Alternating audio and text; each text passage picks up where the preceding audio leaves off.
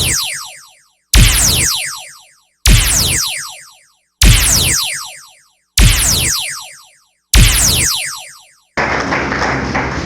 अम्बेडकर जी के विषय में केवल दो बातें कहेंगे। पहली बात, और वो बातें यहाँ पे जो प्रतियोगी छात्र हैं, जो छात्राएं हैं और जो अभिभावक हैं, इन सभी के लिए है दो चीज़ें। पहली चीज़, डॉक्टर भीमराव अंबेडकर समाज के उस निचले पावदान के व्यक्ति थे जिनकी परछाई से लोग अपवित्र हो जाते थे, जिनके पानी छूने से पानी अपवित्र हो जाता था। ऐसा व्यक्ति उस समय अगर पढ़ लिख करके पूरे देश में सबसे बड़ा विद्वान अगर बना, और वो भी धैर्य के साथ, तमाम प्रकार के तमाम विद्यालय संस्थानों में हमेशा उनके साथ जो भेदभाव किया जाता था, दूसरा कोई व्यक्ति होता तो टूट जाता, या तो पढ़ाई छोड़ देता, या तो आत्महत्या कर लेता लेकिन उन्होंने शिक्षा को एक ऐसा अस्त्र शस्त्र बनाया जिसके माध्यम से उन्होंने पूरे समाज को, जो उनके खिलाफ कार्य करते थे, सबको झुका के रख दिया।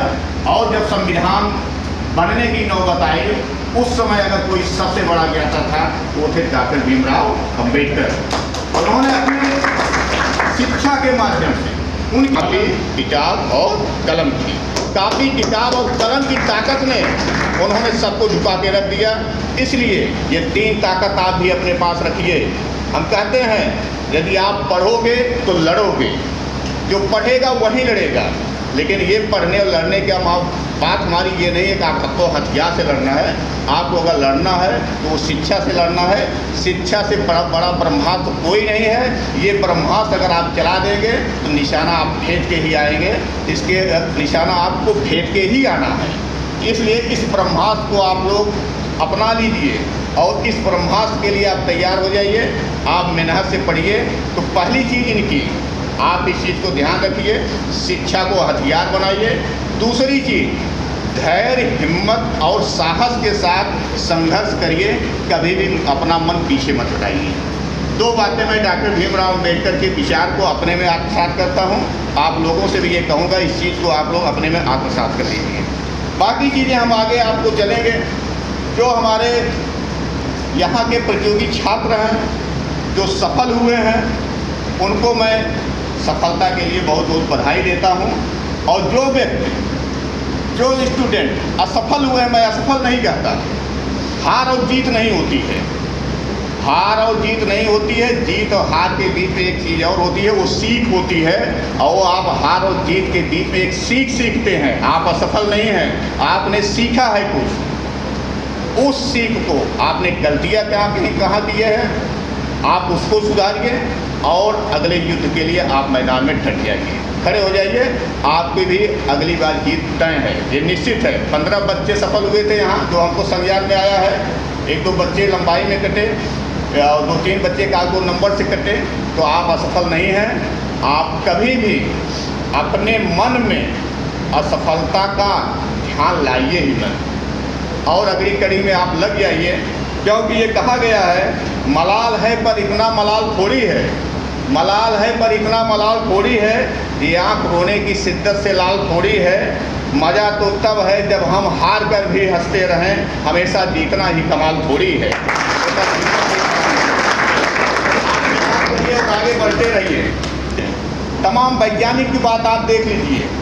आप missile man doctor APJ Abdul Kalam को देखिए। उन्होंने सिर्फ वैज्ञानिक क्षेत्र के तकनीकी क्षेत्र तक सीमित नहीं थे। उन्होंने युवाओं के लिए हमेशा शिक्षा के लिए प्रेरणा देते थे और वो लाखों युवाओं के प्रेरणा स्रोत बने हुए। इसी कड़ी में आप जमशेदजी टाटा को आप देख लीजिए। जमशेदजी टाटा जो है, केवल अपनी कंपनी ही, फैक्ट्री ही नहीं चलाते थे। उन्होंने तमाम शिक्षण संस्थानों की स्थापना की। टाटा समूह के संस्थापक जो भारतीय विज्ञान संस्थान की स्थापना, IISc जैसी शिक्षण संस्थाएं स्थापित किए हैं। तो हमारे देश में तमाम लोग, आप धर्मगुरुओं की बात देख लीजिए, तमाम धर्मगुरु हैं। आप ज्योतिबा राव फूले को देखिए, आप सावित्रीबाई फूले को देखिए, इसके बाद तमाम उद्योगपतियों को देखिए। और अमेरिका का एक उद्योगपति ऐसा था जिसका नाम था एंड्रयू कार्नेगी। ये अमेरिका में एक स्वनिर्मित स्टील कंपनी के मालिक थे, लेकिन इन्होंने अपनी अधिकांश संपत्ति सार्वजनिक पुस्तकालय और शिक्षा पे खर्च किए हैं। तो समाज में ऐसे ऐसे लोग हैं जो समाज के लिए, शिक्षा के लिए कार्य करने के लिए इस तरीके से लगे रहते हैं। तो जनता के लिए संघर्ष करने वाले नेता भी बहुत काम किए हैं। आप ये मत जानिए इसमें जिसमें महात्मा गांधी जैसे लोग हैं जिन्होंने अपने परिवार को छोड़कर देश को आज़ाद करने के लिए तमाम इन्होंने काम किए, इतने मेहनत किए। आप जो है नेल्सन मंडेला को देखिए, ये नेता थे, क्रांतिकारी नेता थे, जिन्होंने दक्षिण अफ्रीका में रंगभेद के खिलाफ आंदोलन चलाया था। तो इसका कहने का मतलब हमारा जो है कि समाज के लिए बहुत से लोग आगे हैं, आए हैं और कार्य कर रहे हैं, जिसमें पूरे समाज के आपकी सफलता में महत्वपूर्ण भूमिका होती है। अब हम समाज को कैसे कोई चीज़ वापस लौटाएं, ये हमारी जिम्मेदारी बनती है।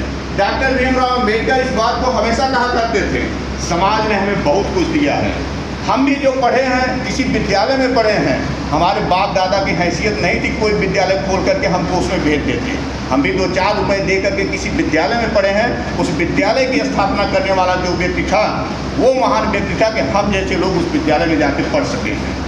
इसलिए हमें उस चीज़ को भी ध्यान देना है कि कौन आपके लिए कुर्बानियाँ दिया है, कौन आपके लिए संघर्ष किया है, कौन समाज को आगे ले जाने के लिए काम किया है। हमें इस चीज़ को भी देखना होगा और उनके लिए आप सम्मान रखिए, चाहे वो जहाँ मिले, जो आपके लिए कार्य किया है उनके लिए आप सम्मान करिए। इसके बाद अगर आप देखते हैं, आप अपने समाज को वापस कैसे लौटाएंगे, जो आप पाए हैं।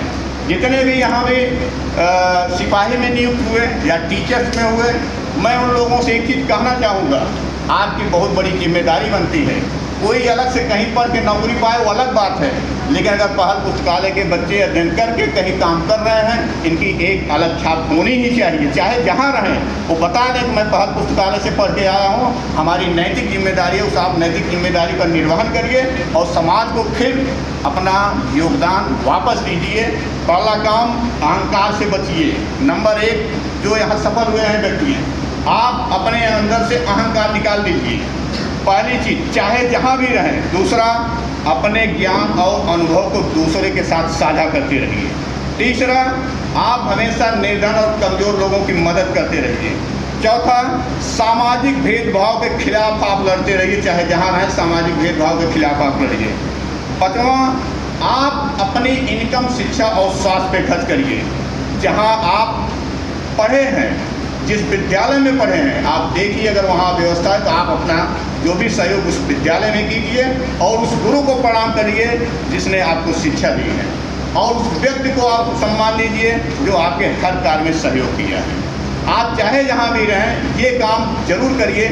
यदि आपकी चरित्र दोहरी नीति अपनाएगी, जो आपके लिए सहयोग कर रहा है, जो आपके लिए काम कर रहा है, जो आपके लिए संघर्ष कर रहा है, जो आपके लिए लड़ रहा है, आप उसके साथ नहीं खड़े होंगे, आप उसके साथ खड़े होंगे जो आपके लिए कोई काम नहीं किया है, तो निश्चित रूप से काम करने वाला व्यक्ति हताश होता है, निराश होता है, फिर आगे वो समाज के लिए काम करने के नहीं सोचता है।